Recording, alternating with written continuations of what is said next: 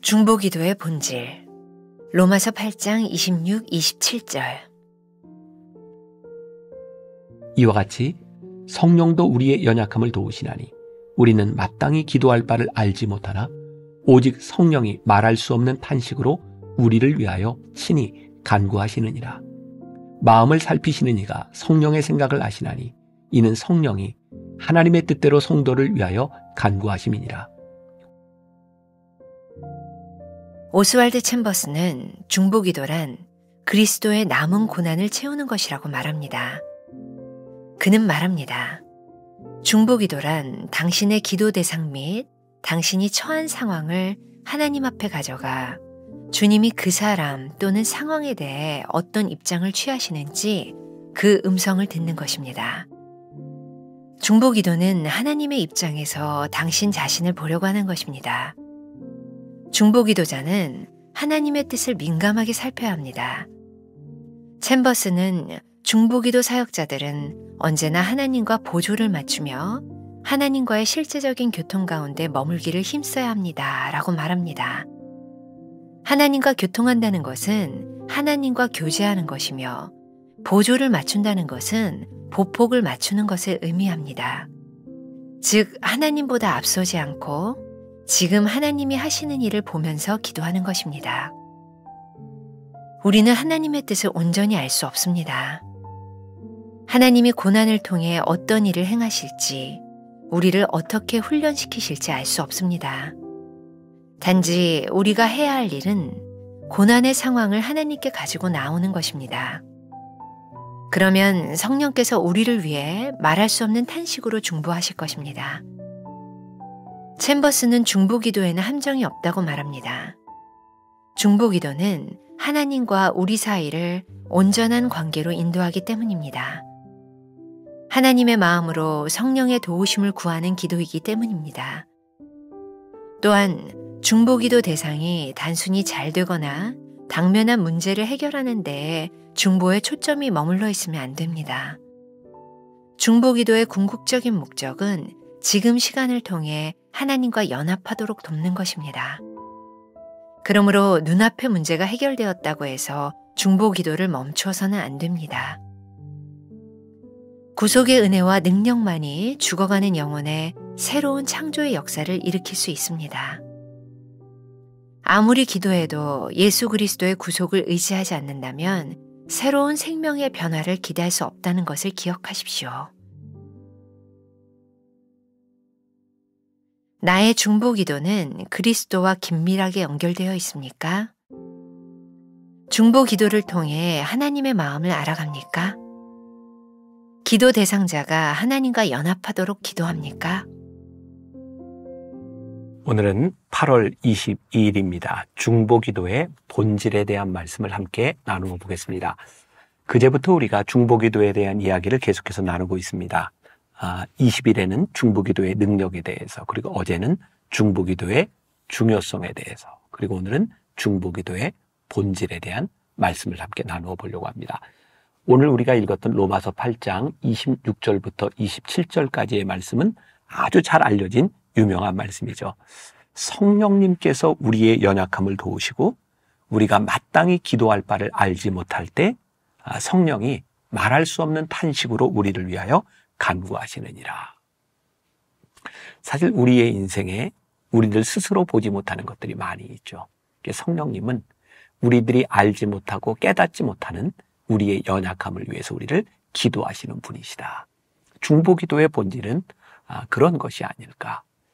우리가 누군가를 바라보며 안타까운 마음이 들어요. 우리들의 눈에는 보이는데 그 사람은 보지 못해요. 깨닫지 못해요. 우리가 그 사람을 위하여 기도하는 것, 말할 수 없는 탄식으로 기도하는 것. 우리가 굳이 지적질하지 않아도, 우리들이 굳이 비난하지 않아도 안타까운 마음을 가지고 기도할 수 있는 것, 그것이 중보기도의 본질이 아닐까. 우리가 가끔 그런 이야기를 합니다. 바둑을 두거나 장기를 둘 때 훈수를 두는 사람이 참 잘 둔다. 참 신기하죠. 경기를 하는 사람들은 잘 보지 못하는데 이렇게 떨어져 보면 보이는 거예요. 그러니까 우리들이 누군가를 위해서 기도할 수 있는 것은 그들이 보지 못하는 것을 우리들이 볼 수 있기 때문에 우리들이 기도할 수 있는 것이기도 하죠. 오늘 첫 번째 문단이 오스왈드 챔버스의 중보기도란 이렇게 시작하고 있어요. 그리스도의 남은 고난을 채우는 것이다. 이 부분에 대해서 제가 조금 중복되는 의미가 있지만 제가 썼던 글을 전체적으로 한번 읽어드리려고 해요. 주님은 나의 최고봉에서 바로 이 중보기도에 대해서 다루었던 부분이죠. 가장 인상에 남는 것 중에 하나가 중보기도가 그리스도의 남은 고난을 채우는 것이라는 문장이었습니다. 우리가 중보기도를 할 때 단순한 동정심이나 하나님이 하는 일을 방해하지 않도록 해야 한다. 이것도 굉장히 중요한 일이에요. 자, 굉장히 흥미로운 일이죠. 누군가를 동정하기 때문에 누군가에게 단순히 고난이 없어져야 되기 때문에 우리들이 중보기도 하는 것이 아니라 어쩌면 그리스도의 남은 고난을 채우기 위하여 우리들이 중보기도 하는 것이고 또 누군가를 위하여 우리들이 기도할 때 잘못해서 하나님의 일을 방해하려고 하는 것이 아니라 하나님의 뜻이 무엇인지를 생각할 수 있을 때 우리들이 올바른 중보기도를 할 수 있다. 그러니까 이 중보기도는 단순히 누군가를 긍휼히 여기는 마음에만 있는 것이 아니라 하나님의 마음이 우리들 가운데 들어와야 되는 거예요. 저는 목사로서 신앙생활을 하면서 참 우리들 신앙에 참 기본적이고 아주 본질적인 부분들을 우리들이 잊고 있다. 그게 뭐냐면 하나님의 마음이에요. 하나님의 마음이 우리들에게 들어와야 하나님이 하시는 일이 이해가 되고 하나님의 말씀이 제대로 이해가 될 수 있어요. 그리스도의 남은 고난을 채우는 일, 그리스도께서 행하셨던 일이 우리들 가운데 들어와야 되는 거죠.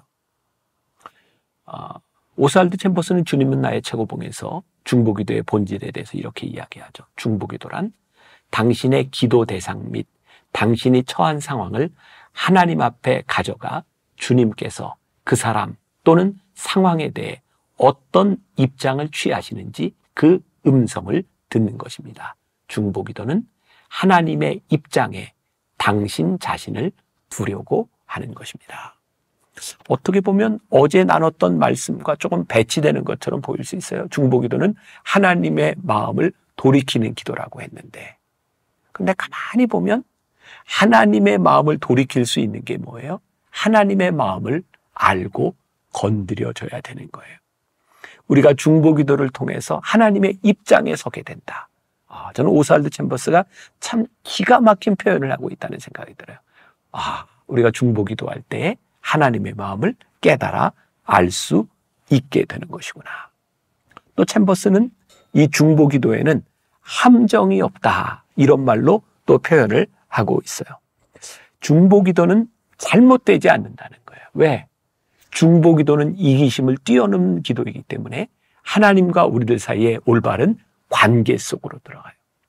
우리들이 나를 위한 기도, 욕망적인 기도를 할 때에는 우리의 욕망에 함몰되기 쉬우나 우리들이 중보기도를 할 땐 하나님 입장에 서서 하나님의 마음으로 기도를 하니 하나님과의 올바른 관계 속에 들어가요. 그래서 오스왈드 챔버스는 중보기도에는 함정이 없다라고 이야기해요.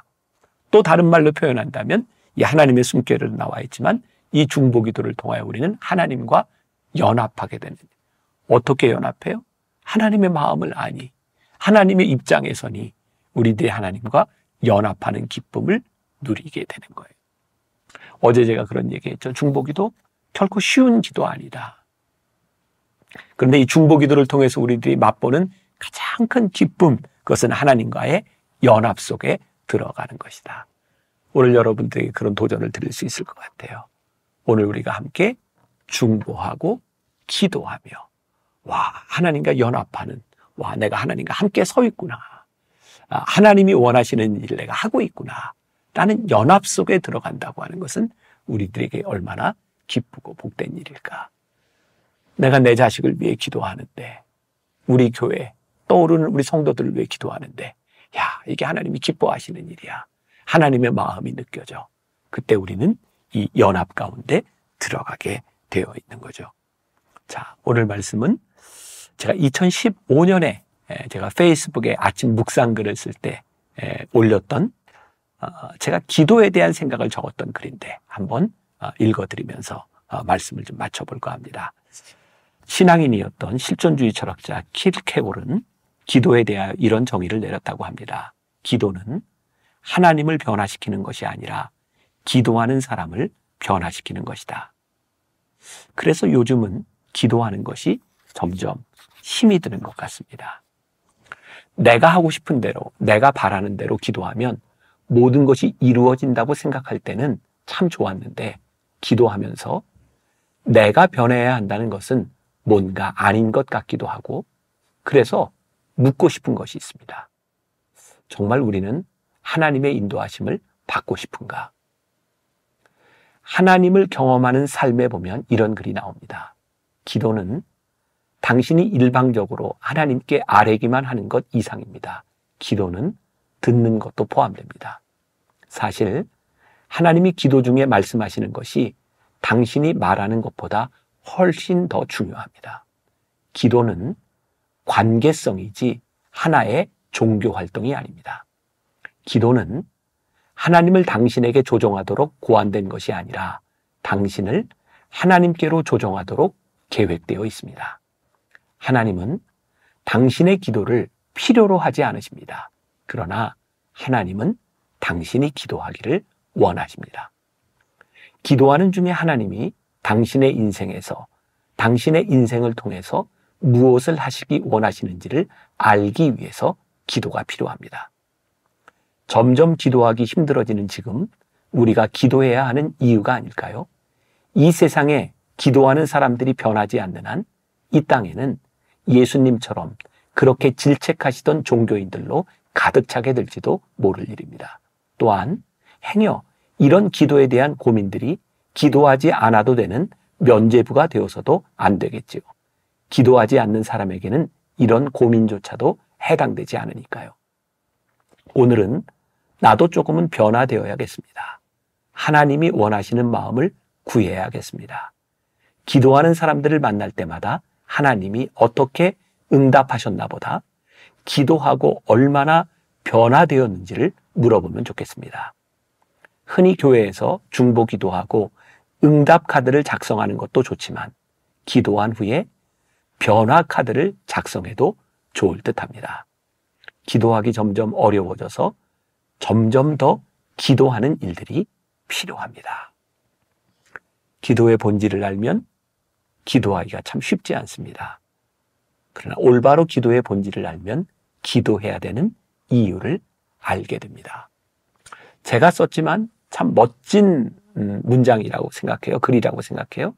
중보기도하고 응답 카드를 쓰는 것도 좋지만 중보기도하고 어떤 변화가 일어났는지 변화 카드를 써본다면 우린 조금 더 중보기도의 본질에 접근할 수 있지 않을까요? 오늘 중보기도가 누군가의 삶을 변화시킬 뿐만 아니라 우리의 삶을 변화시키는 역사가 있기를 주님의 이름으로 간절히 축원합니다. 기도하겠습니다. 오늘도 우리가 누군가를 위해 기도할 때에 우리 속에서 역사하시는 하나님을 기대합니다. 우리의 기도가 응답되는 것 참 중요하지만 기도가 나를 변화시키는 그 일을 경험케 하여 주옵시고 오늘 우리들의 삶의 응답 카드와 더불어 변화 카드가 늘 우리들의 기도의 삶에 떠나지 않는 그런 인생이 되어질 수 있기를 간절히 소원합니다. 오늘도 기도하며 승리하는 주의 백성들이 되게 하여 주옵소서. 예수님의 이름으로 기도했습니다. 아멘.